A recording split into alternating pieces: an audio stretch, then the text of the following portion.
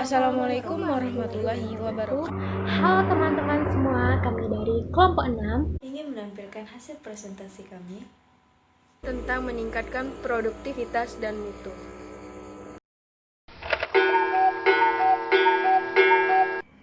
Baiklah, saya akan menjelaskan materi tentang sumber daya yang digunakan dalam proses produksi. Ketika sebuah perusahaan memproduksi produk, barang, atau jasa, maka perusahaan akan membutuhkan proses produksi atau production process, atau serangkaian pekerjaan di mana sumber daya digunakan untuk produksi suatu barang atau jasa. Proses tersebut menyebutkan kombinasi berbagai sumber daya yang dialokasikan untuk produksi, pembagian pekerjaan, dan urutan-urutan pekerjaan. Selanjutnya yaitu berbagai sumber daya utama yang digunakan oleh perusahaan dalam proses produksi adalah sumber daya manusia seperti karyawan, bahan baku, dan sumber daya lainnya. Seperti misalnya bangunan, mesin, dan peralatan-peralatan untuk proses produksi. Nah, selanjutnya yaitu perusahaan yang memproduksi barang cenderung menggunakan lebih banyak bahan baku dan juga cenderung lebih banyak menggunakan peralatan dalam proses produksinya. Seperti misalnya perusahaan internet menggunakan lebih banyak karyawan dan teknologi informasi. Nah, selanjutnya yang pertama yaitu sumber daya manusia. Perusahaan harus mengidentifikasi jenis karyawan yang dibutuhkan untuk produksi. Tenaga kerja ahli diperlukan untuk beberapa produksi, namun untuk bentuk-bentuk produksi yang lain dapat digunakan tenaga kerja tidak ahli. Nah, selanjutnya yaitu beban operasi yang terkait dalam perekrutan sumber daya manusia akan tergantung pada baik itu jumlah karyawan maupun tingkat keahliannya. Karena tingkat keahlian tenaga kerja yang dibutuhkannya, sebuah perusahaan internet akan menanggung beban gaji yang lebih tinggi daripada sebuah toko kelontong. Nah, yang kedua yaitu bahan baku. Bahan baku yang digunakan dalam proses produksi normalnya diubah oleh sumber daya manusia perusahaan menjadi suatu produk akhir. Nah, pembuat ban akan bergantung pada bahan baku karet. Pembuat mobil akan bergantung pada bahan baku baja, dan penerbit buku akan bergantung kepada kertas. Nah, selanjutnya yaitu yang ketiga sumber daya lain-lain.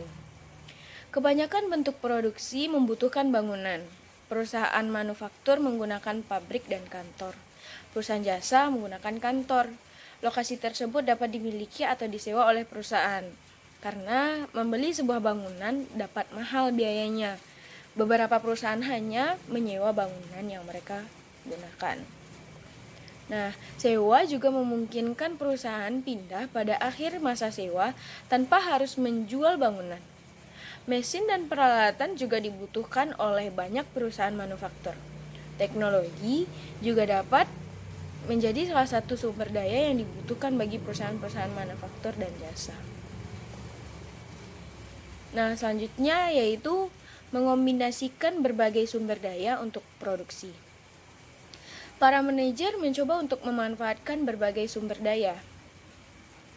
Baik itu sumber daya yang baru dibahas dengan cara meyakinkan tercapainya produksi dengan biaya yang rendah. Mereka menggabungkan berbagai sumber daya dengan menggunakan stasiun-stasiun kerja dan perakitan.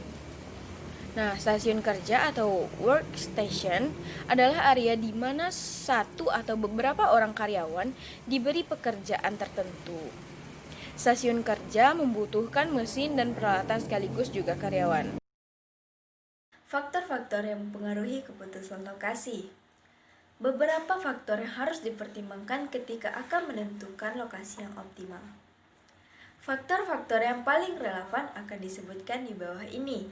Yang pertama ada biaya ruang kerja, yang kedua ada biaya tenaga kerja, yang ketiga ada insentif pajak, yang keempat ada sumber permintaan, yang kelima ada akses transportasi, dan yang keenam ada pasokan tenaga kerja. Mengevaluasi kemungkinan-kemungkinan lokasi. Ketika sebuah perusahaan mengevaluasi berbagai lokasi, perusahaan harus mempertimbangkan setiap faktor yang dapat memengaruhi daya tarik dari setiap lokasi. Pemilihan lokasi dalam satu kota juga merupakan hal yang sangat penting. Dalam meningkatkan produktivitas dan mutu, setelah perusahaan memilih lokasi, maka langkah selanjutnya adalah pemilihan desain dan tata ruang.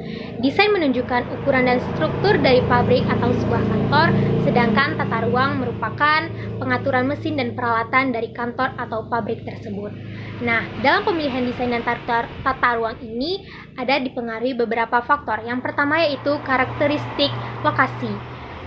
Dalam pemilihan desain dan tata ruang, tentunya juga tergantung pada pemilihan lokasi yang kita pilih. Jika lokasi yang kita pilih harga tanah begitu mahal, maka desain bangunan yang kita pilih adalah bangunan yang bertingkat. Faktor yang kedua yaitu produksi, proses produksi.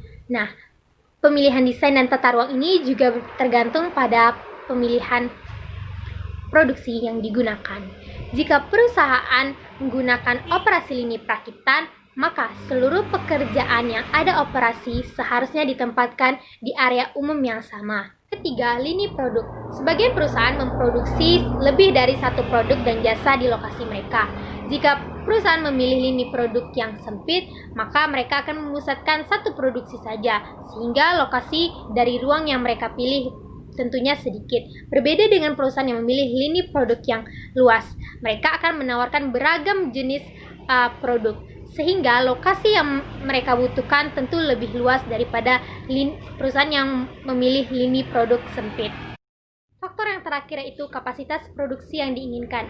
Jika perusahaan tidak merencanakan pertumbuhan, maka perusahaan harus mencari lokasi yang baru jika permintaan produk melebihi kapasitas produksi.